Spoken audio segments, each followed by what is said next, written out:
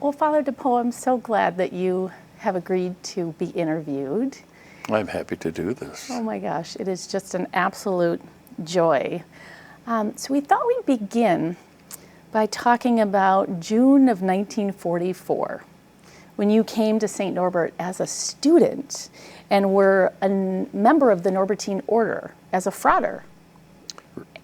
Where did you live at that time, and what was St. Norbert like at that time? I wasn't a frater yet until August, but I came in June 16th because the war was on, Second World War, and to keep a special draft category, we had to come here immediately, which was 10 days after I graduated from Central Catholic High School in Green Bay on D-Day, June 6th.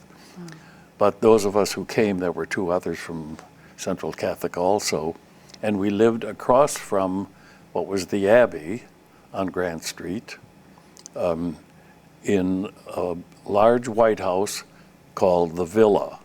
The Villa? The Villa, that's where we lived. Okay. Yes. What was St. Norbert like at that time?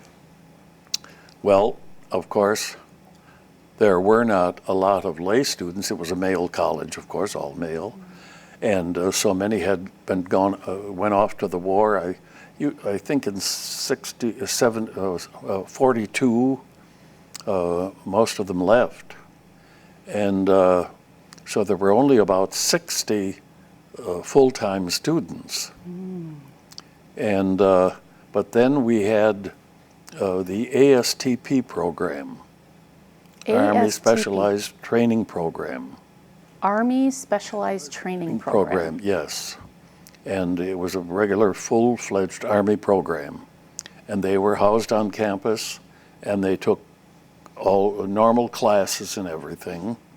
And so that was kind of a savior for the college. Otherwise, as I say, there were only about 60 students. Even the following year, there were 60 full-time male students. And they were all living on campus at that time? Yes, those Army students, Army recruits lived on campus, yes. And all other men at St. Norbert lived on campus? Yes, right. There was no such thing as a commuter then? There might have been a couple, but I don't think so. But the Army group all lived on campus, and they lived mostly in what is now Burke. And the cafeteria was in the lower level. And of course, we had to set tables for them and all kinds of things, which was interesting to get somewhat involved with them and to hear what their experiences were like. A lot of them were just high school kids who were drafted. They were draftees.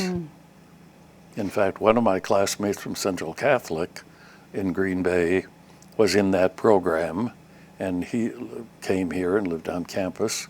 I think they gave him a 5-cent bus ticket from Green Bay to Pere. Wow, 5 cents. Right. The price has gone up a little bit. It's gone up a little bit, that's correct.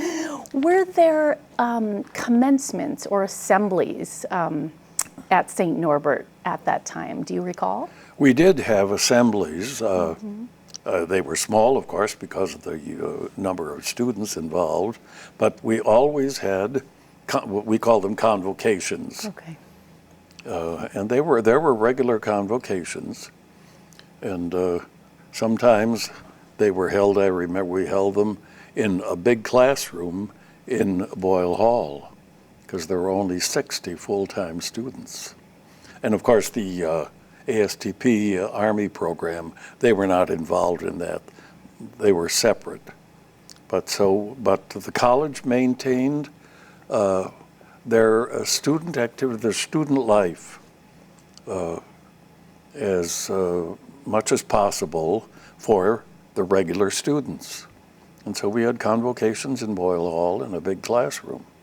And what was the convocation like? Were there speakers? Were you singing the alma mater? Do you remember? We didn't have usually outside speakers. It was one of the faculty, usually one of the because I think almost all the faculty was Norbertine. And they weren't lengthy convocations, but explaining a lot of things and finding out what the students' interests were and everything. And I think trying to make the students feel comfortable and at home. So sort of an early manifestation of communio. Yes, it was. That's correct. Interesting. And I'm glad you brought that word up, because that's what I felt immediately when I came here, a warmth and a welcoming and a communio, that you were part now of the St. Norbert family. Mm-hmm. I felt that the minute I walked onto campus back in 1986. You did. I did, and I still feel it to this day. That's right. I have felt, well, now for 75 years, that I felt that immediately. We were so welcomed, and they were interested in our welfare and what our interests were and what our needs were, and what our difficulties might be. And so it was really a family-like atmosphere. Of course, I was joining the order, but I saw that with regular students, what we would call lay students. It didn't make any difference. Everyone was, there was a deep concern for each individual student. And that continues today. Yes, and that's what I have felt all the years I've been here, that I think that is our most important quality. We talk about the family of St. Norbert, and if we don't continue or maintain strongly that family spirit, then we are not what St. Norbert College is meant to be. It is our essence. Yes, it is the essence. That's it's our correct. mission, it's our ethos, it's our everything. Yes, the concern for the individual and a real caring for the individual and caring for the students, individual students' needs. And at every level, not just academic, but social and emotional and whatever. And I saw that very well by being a prefect in the dorm, because most of my students in the dorm, and in fact all of them in Burke, which was Bern at the time, and then even in Sensenbrenner, so many of them were freshmen. And I would ask them occasionally, early on in the semester, how are things going? Are you having any difficulties? How are your classes going? And almost always they would answer, oh, I'm not having any problem with my classes. It's the social adjustment that is the most difficult. Isn't that living interesting? with others and all the activity, but living intimately and so closely with a roommate and with others in a dormitory, as we called them then. Interesting. If we talk to current students, they would likely say the same thing. That's, and that's the beauty of living in a residence hall, as we call them today. Yes. Learning those social skills and being in the physical space with those who are your new family, away from your family. Yes, that's correct. And I noticed so often how they would bond with one another and get to know one another and rely on one another. So Father De Peaux, what do you recall of your sophomore through senior year at St. Norbert College? Of course, when I came that summer of 1944, we took summer classes immediately. And then we went to our novitiate in Madison for our first year and came back the following August and became a full-time student at St. Norbert then. And we finished our degree in 3 years with some summer courses. And we were regular students in classes with all of the other lay students. And of course the college grew quite rapidly then. And so we were just students like anyone else. So, Father De Peaux, what did you do right after you graduated from St. Norbert prior to being ordained a priest? After I graduated in 1948, well, we had a large influx of GIs from the service. In 1945, when I was freshman, sophomore, of course, we only had 60 full-time students because the war was still on, or just finishing. But in 1948, when I graduated, then I went immediately to Madison to do more graduate work in French. And because I had had French studies beginning in high school, then quite a bit here at St. Norbert College. But then I went immediately after graduating on June 6th to Madison in the graduate program because they needed help in French, because we had several hundred GIs who came that fall. And so I taught French in 1948-49. Most of my students were older than I was because they were GIs. But it was a very interesting mix. There were other students, of course, too, but the GIs were very conscientious. I think they valued the fact that they were given the opportunity for an education. I'm not sure if I think the GI Bill was starting at that time, otherwise a lot of them could not have come, of course. But most of them, I would say, were very conscientious, wanted to take advantage of the opportunity they had to get an education after their war experiences and move on to a normal life. So that was your first teaching assignment? Yes, that was my first teaching assignment. And then you were ordained a priest, I believe, in 1952. 1951. 1951. May 19th, 1951. And what was your first assignment?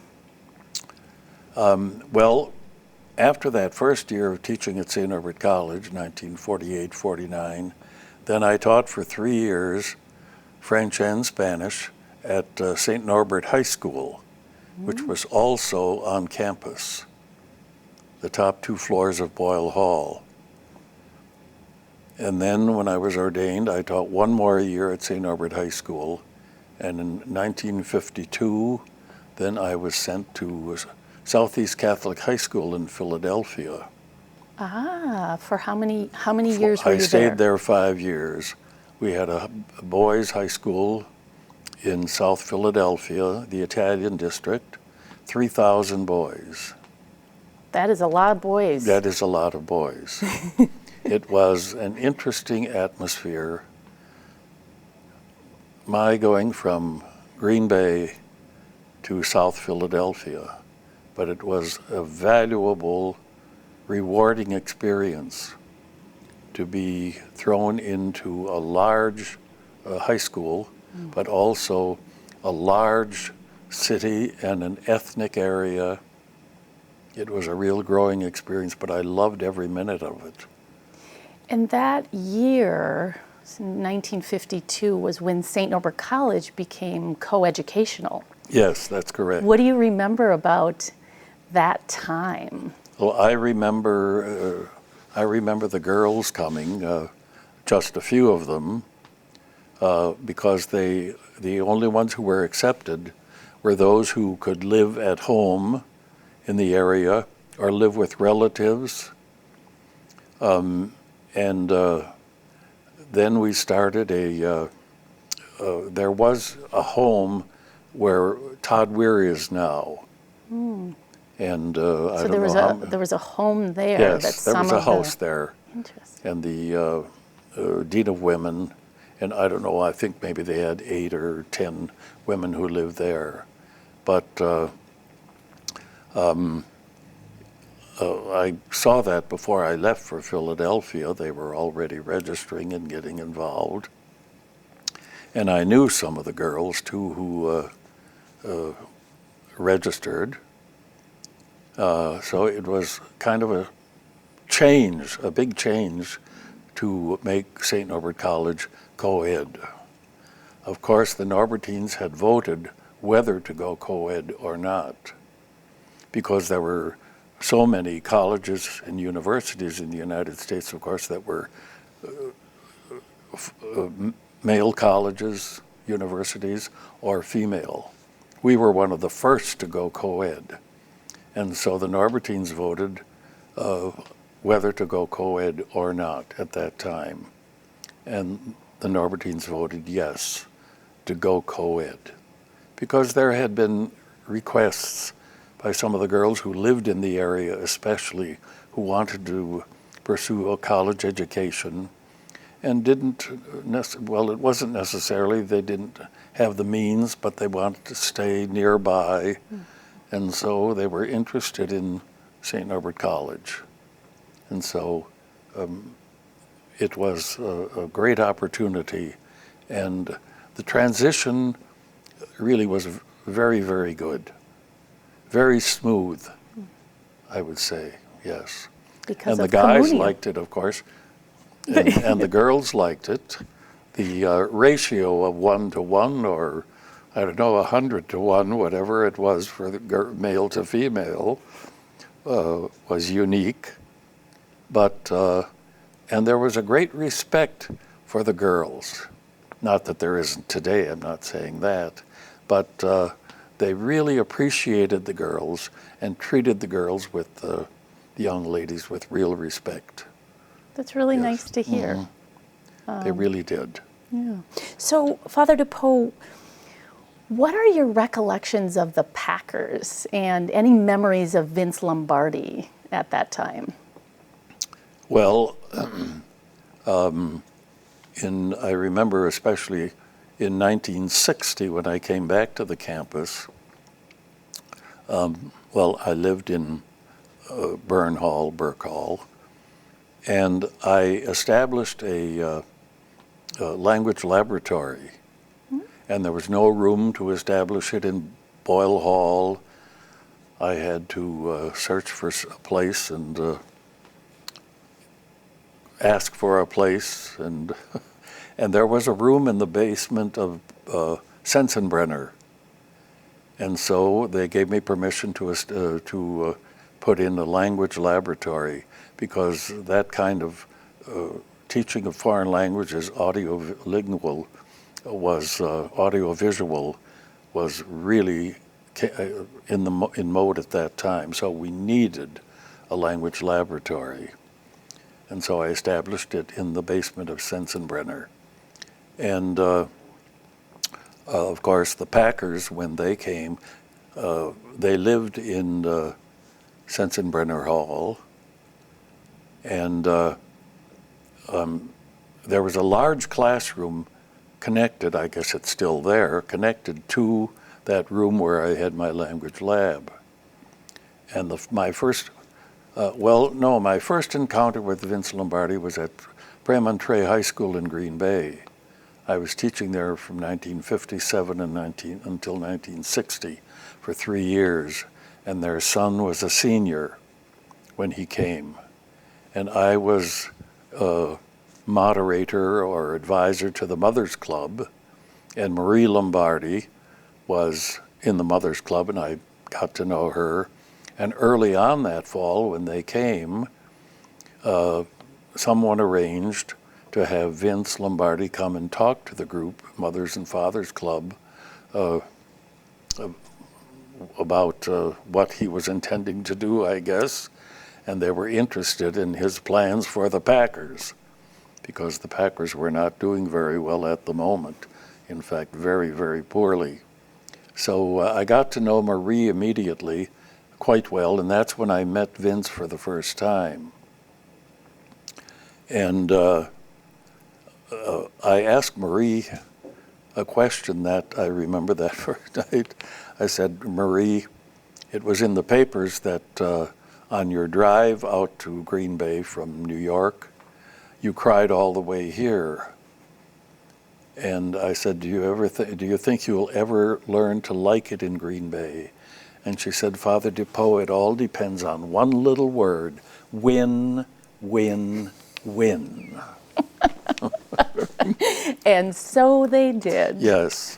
But then, as far as my involvement with Vince Lombardi on the campus, sometimes I would go in on the weekends, Saturday, in the little console room I had, connected to the lab, to check tapes and prepare things for the following week. And one Saturday morning, I remember I went in and was running some tapes, and I was dressed in slacks and a t-shirt. And the Packers were in that big classroom next door for their team meeting. And evidently, Coach Lombardi heard a little noise, and he thought there was a spy, perhaps. So he came out of the classroom, came into the council room, and was ready to grab me by the shirt, by the t-shirt. He said, what the hell? Oh, he said, oh, Father, I'm sorry. I didn't know it was you. I said, that's okay, Coach. I said, that's okay. I'm glad you're on top of things. Don't let any spies steal your plans. It's a good thing you weren't from Chicago. Yes, that's correct. Right. So that was my first introduction. Well, I had met him when he came to give that talk at Premontre, but that was my first real encounter with him. And then I would see him occasionally in Sensenbrenner. He didn't live in Sensenbrenner. A couple of the coaches did, assistant coaches, but he lived at home. But he would come sometimes here in the morning for, I think, coaches' meetings, because usually he went to the morning mass at St. Willibrord in Green Bay. But sometimes when he had an early morning meeting here, he would come, and we had a chapel at that time in Sensenbrenner Hall, so we had mass at 7 o'clock in the morning, and he was my altar boy of the few times I had mass for him. So Father Burke often had the mass, but when Vince came, but sometimes when he couldn't, then I had the mass. And Vince Lombardi was my little altar boy, or big altar boy, and I was, he would stand against the wall waiting, and he asked me, Father, do you want me to light the candles now? So, but he was a very devout man, and didn't want people to know about his faith. He said that's private. He was asked one time for an interview about his Catholic faith and his practicing his faith, and he said that's private. But it was interesting, but I got to know him more and more, and he was a very warm, devout, and a caring person. So many people, of course, would see him on the sidelines, gruff, and a few little improper words and everything, and berating the players and everything. That's the image a lot of people had of him. But I saw another side of him, the warm, deep, religious side, caring side. And I asked him one time,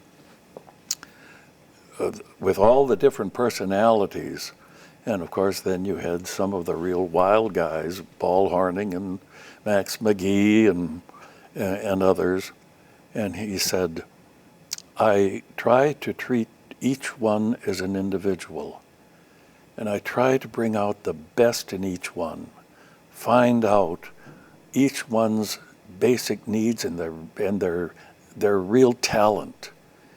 And I try to encourage them and push them to do their best. He said, that's what I do. So Similar to what we do here at St. Norbert College for every one of our students. That's a good comparison, yes. Right. And he achieved that, to get each one to perform to his maximum. Yes. So all of the Packers lived in Sensenbrenner during the season? Yes. Interesting. During the training season. Only during training? Only during training season. But once the regular season started, they moved off campus because our students moved in. Right. Could you ever have imagined or predicted that the Packers would still have their players living on St. Norbert College campus for training season? No, that's correct. Right.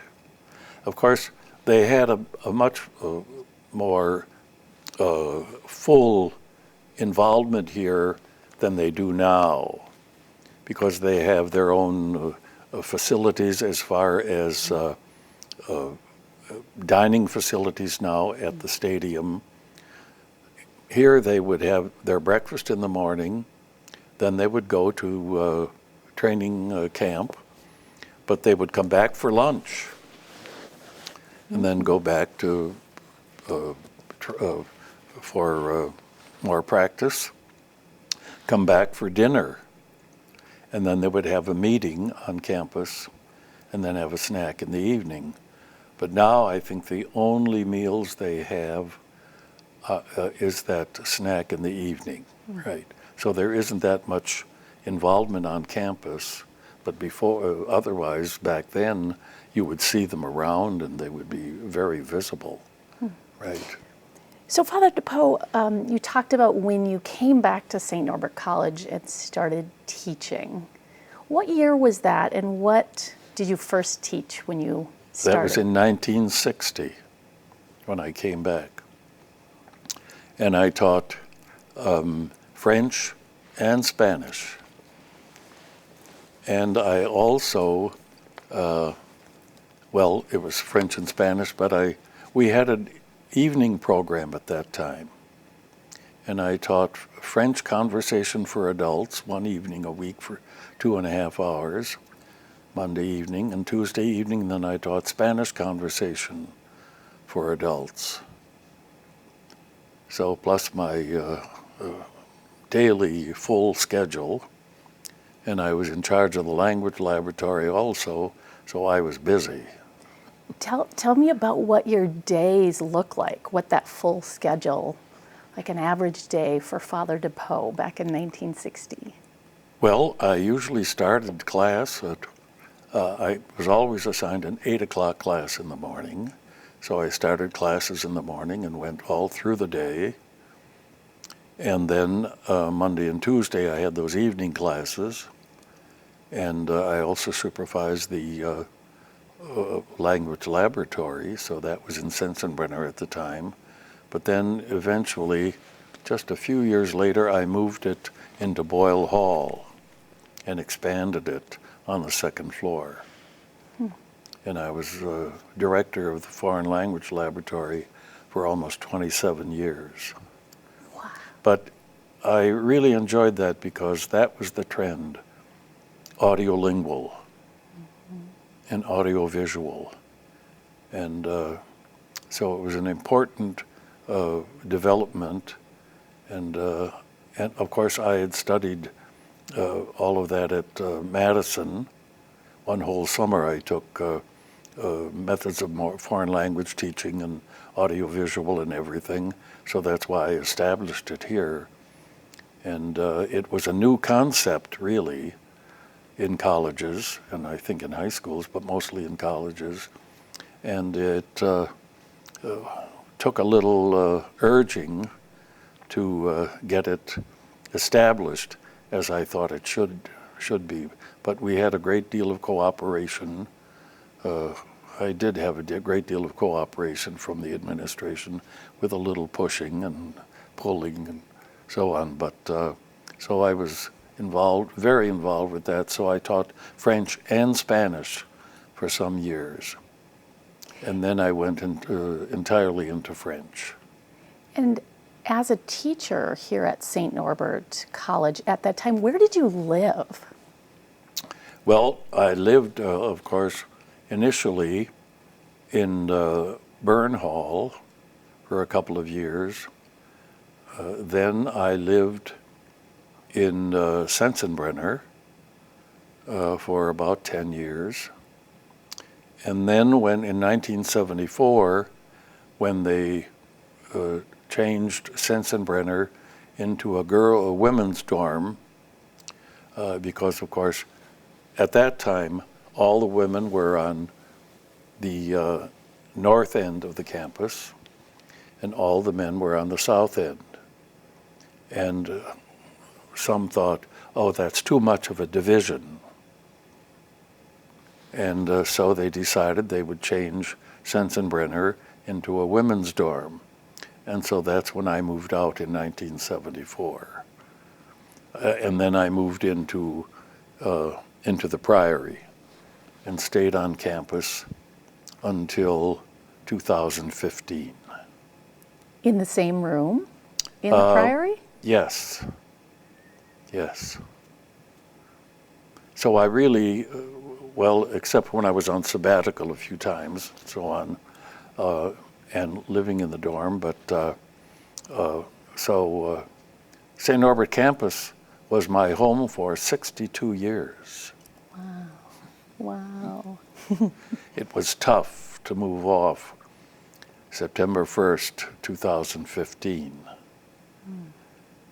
Can only imagine. But it was really great because you were able to have a real involvement with the students.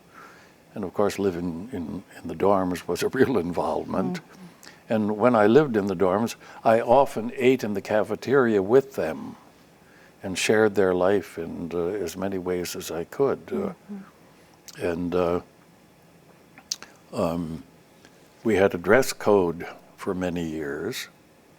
The women had to wear skirts and hose, and the men had to wear a suit jacket for dinner in the evening.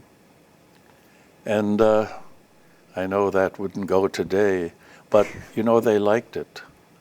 You would notice that the boys would, or the young men, would hold the door open for the girls because they were dressed so nicely. And was there a dress code yes, during the day as well? No, well, I don't think really there was. It was kind of an unexpressed dress code, but in the evening for dinner, there was a very strict dress code. So when did you stop teaching at St. Norbert College? I retired from teaching in 1991. And when you were a prefect back when you lived on campus, that would have been in Burn Hall? Yes. In 1960, 62. Do you have any good stories from when you were a prefect? And tell us a little bit about what a prefect was. Well, a prefect, that term at that time meant that we had full responsibility and full charge of we each had a floor. And we had full responsibility for that. And that meant seeing that they were in their rooms to study in the evening at 7 o'clock, I think it was, for 2.5 hours, and lights out at 10:30. Were you strict? I was quite strict, yes. And they had to have their beds made by 11 o'clock in the morning. Mm-hmm. So that sounds like something Neanderthal today, but they adapted to it. What would happen if they weren't in their room? Well, there was a little reprimanded them a little bit. But most of them really adapted to the schedule and to the regulations. We really didn't have much problem getting them to follow the rules and regulations. Not at all. No. Of course, sometimes I guess they were later with a flashlight under the blankets, studying something maybe after lights out at 10:30. But no, it was a real family atmosphere. They developed a real camaraderie on the floor. They really did. And of course, there was a curfew at, I think, 10 o'clock, I think it was. And I'm not sure what it was on the weekend. I remember one time, it was St. Patrick's Day. And, Kelly, I can't think of his first name now. He's a judge in the western part of the state, who lived on my floor, and his roommate, they went out to celebrate St. Patrick's Day. And so I was just patrolling the floor that evening around midnight when they came up the back stairs. And they thought I was going to really throw the book at them. And I said, "Oh, you were out this evening?" And they said, "Yes, Father, we were." And they were really, Dick Kelly it was, yes. And I said, "Did you have a good time?" And they said, "Yes, we did." And I said, "Well, good night."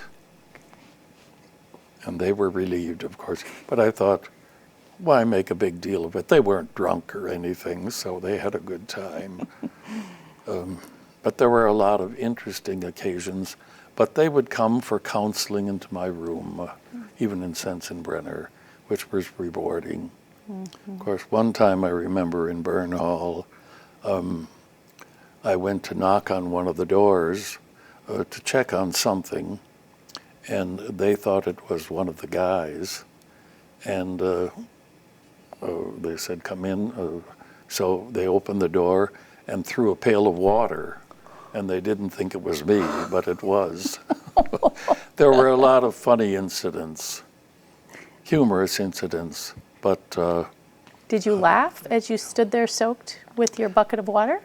Yes, I did. I did. I saw the humor in it.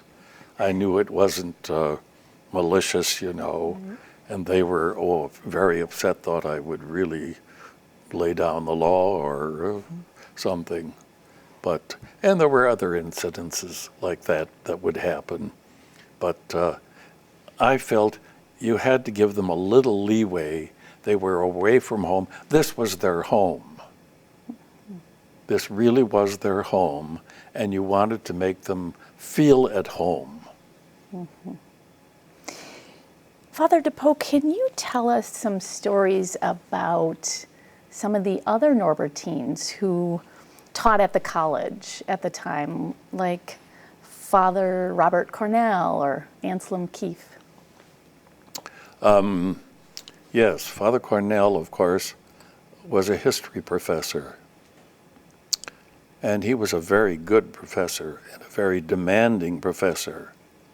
But he loved teaching, and he loved history. And he was a taskmaster, but he was fair. Do you have any memories of Anselm Keefe? Oh, yes, I do. I knew him very well. He lived in the priory, which was the abbey at first. So, no, I knew him for many years. And he was a very down-to-earth, warm-hearted person. And he was very interested in St. Norbert College. They called him, I guess, for a while, Mr. St. Norbert, because he was so involved. Well, he was a chaplain in the Second World War. And I remember when I came on June 16th, 1944, he had just, I don't know why that early, he had been discharged and came back to the campus from the war, even though the war was still continuing. But then he got really involved, and he was dean for a while, but he was involved in so many aspects of the campus. He was instrumental in getting the ROTC for the college, and other things also, programs. And of course he was a botanist, so he started planting trees and things. Of course the campus was not very large at that time, but you could tell he wanted to make St. Norbert College prosper. And he did. He was one of those who helped it really prosper and do what was necessary. And you are the only person that is known to have worked with all 8 presidents. That's correct. Of St. Norbert College. What stands out about them?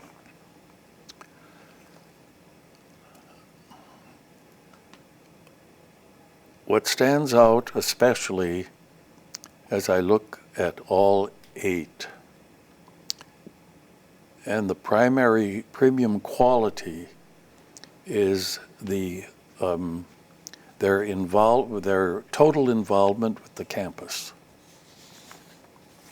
total involvement with all aspects of the campus, and also visibility to students. That was so important.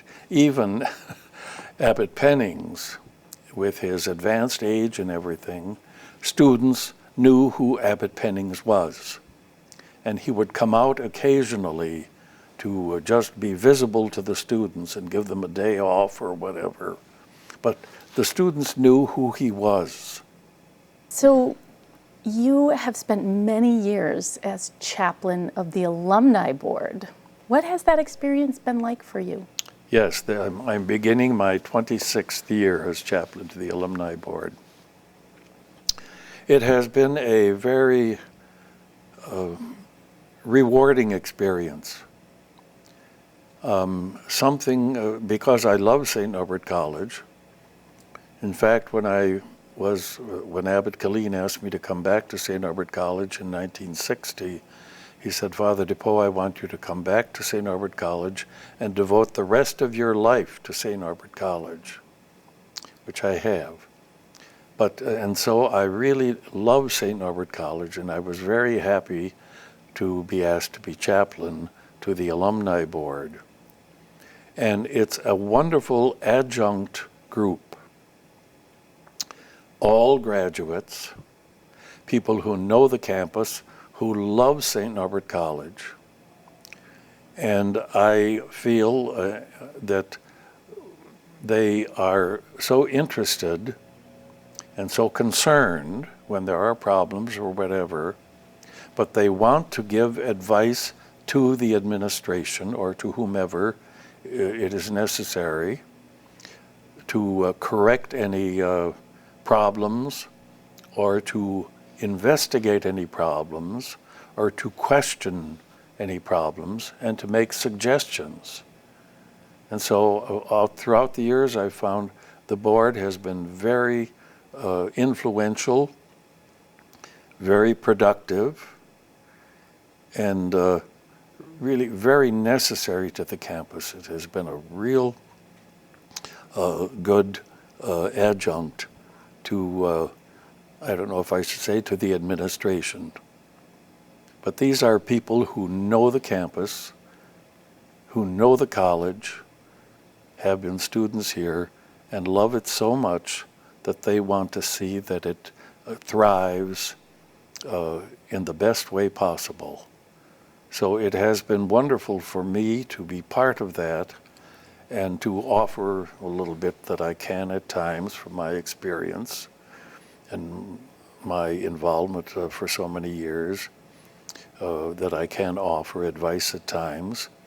But it's rewarding to see how dedicated they are to St. Norbert College.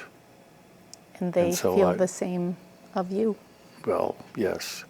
And I told them when I finished my 25th year in May, I guess it was, I said, I can't promise I'll stay for another 25, maybe 10. But no, it has been really, because my life has been St. Norbert College, and that has been also, along with living in the dorms, teaching, being advisor to a fraternity, that alumni board has been a very, very valuable and rewarding and loving experience. And you have lived your life as a Norbertine priest and a teacher. And when you think back on that life, would you change anything? Would you do anything differently?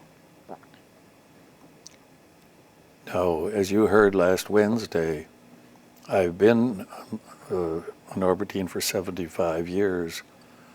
No, there's nothing I would change.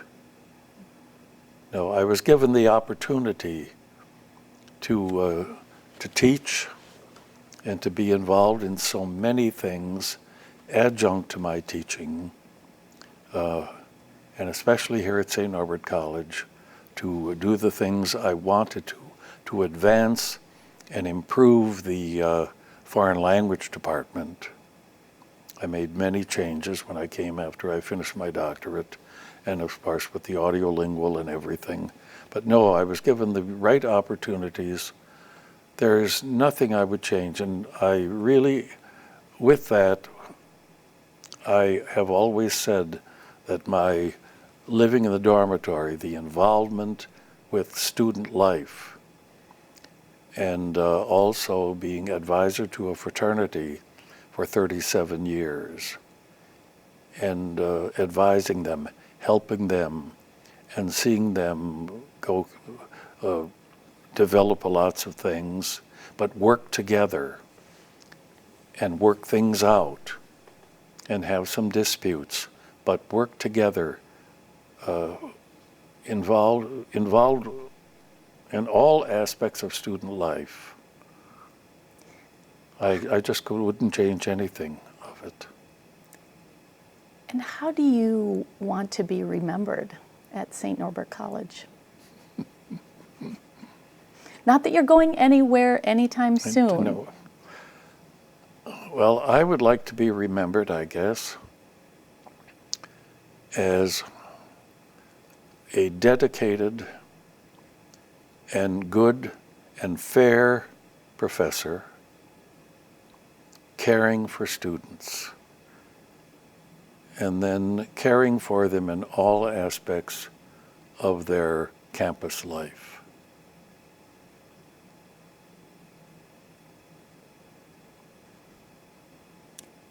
I have no doubt that you will be remembered that way.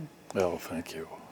Father De Peaux, is there anything else that you would like to share that we didn't put on our list of questions that you want to make sure you share with everybody who will get to take in this interview for probably a good century or more to come?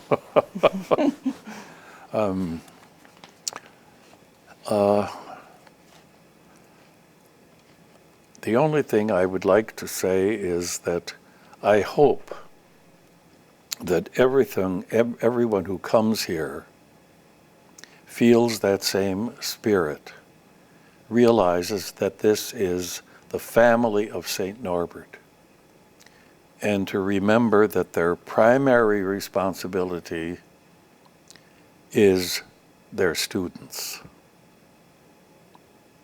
That was what we always stressed initially, and we were told that. You may do research, all kinds of other things, but your primary responsibility is to your students. And so that's the message I would like to leave, that I hope that everyone who comes here, whether it's an administrator any other staff member, but especially faculty, that they realize their primary responsibility is their devotion to their students, to direct their students, teach their students, help them develop, help them thrive, and find their way.